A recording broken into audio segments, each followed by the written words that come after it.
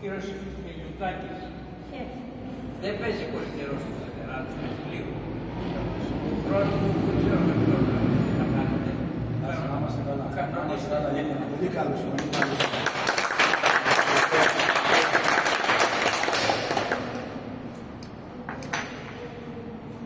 Ο Χριστός. Χριστός.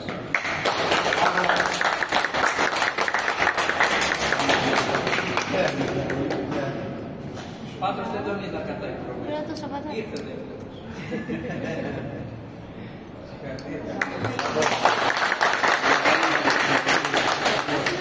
Και ο διευθυντής, ο γιατρός μας,